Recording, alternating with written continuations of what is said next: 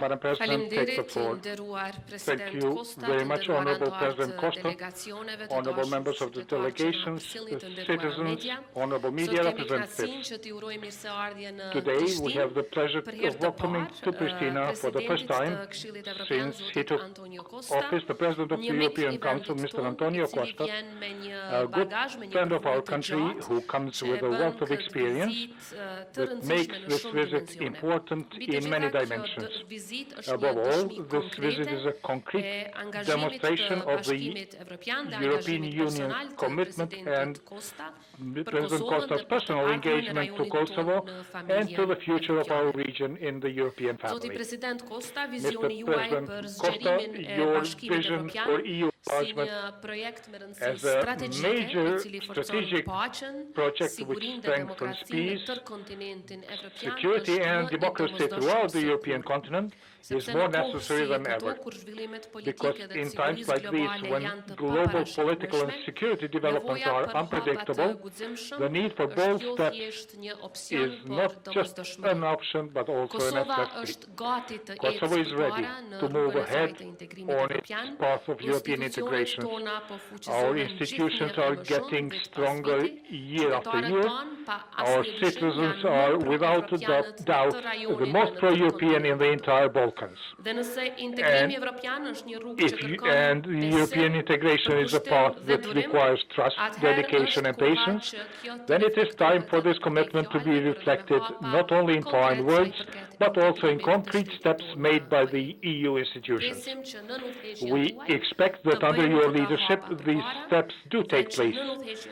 We expect that under your leadership, the path to European Union is finally open for Kosovo. And for this to happen, first of all, we hope that the EU's member states will remove unfair measures against Kosovo, which are harming our citizens and the key projects related to European integration. This summer, it will be 2 years since the decision to impose the measures was taken.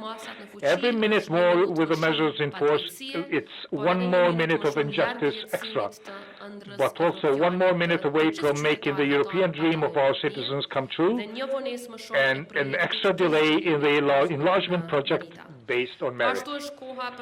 Likewise, it is the final time for reflection upon our application for membership, which was submitted in December 2022, and that this document does not remain an archive document, but is treated seriously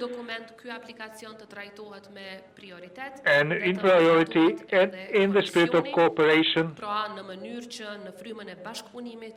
So this is treated with the spirit of respect, meritocracy, and what the EU itself is preaching. But above all, I cannot fail to mention the issue of non-recognition by 5 member states of the European Union.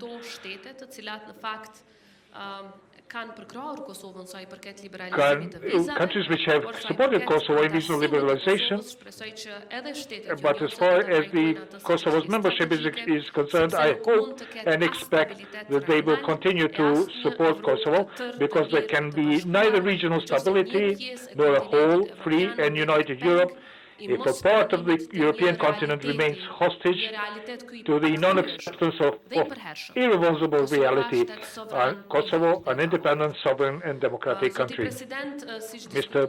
President, we also discussed during our today's meeting the developments in our region, the dialogue with Serbia, which is mediated precisely by the European Union, and with the appointment of the new envoy for the dialogue, should bring a new balanced spirit and fair to both parts of this process.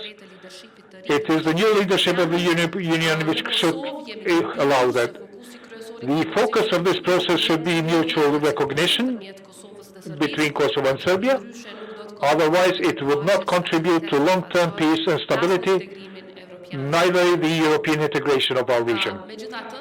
However, I would like to mention that given Vucic's latest visit to Moscow against the backdrop of a war that is shaking Europe, expectations are naturally not promising on this path, This visit cannot be seen in any other light than as a clear political act that challenges the very sustainability and stability of the European Union. And a country which claims to want to be a member behaves like this and does not face any measures, then the question naturally arises, what message are we being given to the region? President Costa, if for someone in this region the European Union is one of the many options, for Kosovo, I can assure you, and for our people, the European Union has always been the first and the only way. Not one of many, but the first and only way. Let us not take such thing for granted. Who we stand with, for what we stand for, and who do we align ourselves with, who do we support, and who do we cooperate with, these things should matter, and for a country which aspires membership of the European Union, and should be evaluated on deeds and not just based on words. I want to believe that these remain the foundations which a country's sound journey towards the European Union is carried out.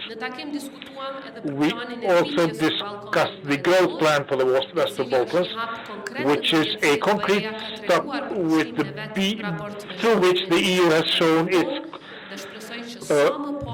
intention to get closer and closer to EU. We believe that with Kosovo's commitment and with your support, this plan will serve to faster implement our future in the United European family. We believe that with the dedication of the Republic of Kosovo and our institutions, this growth plan serves for a faster implementation of our future in the United Europe. President Costa, thank you very much for your personal commitment to the enlargement process and to the Western Balkan region.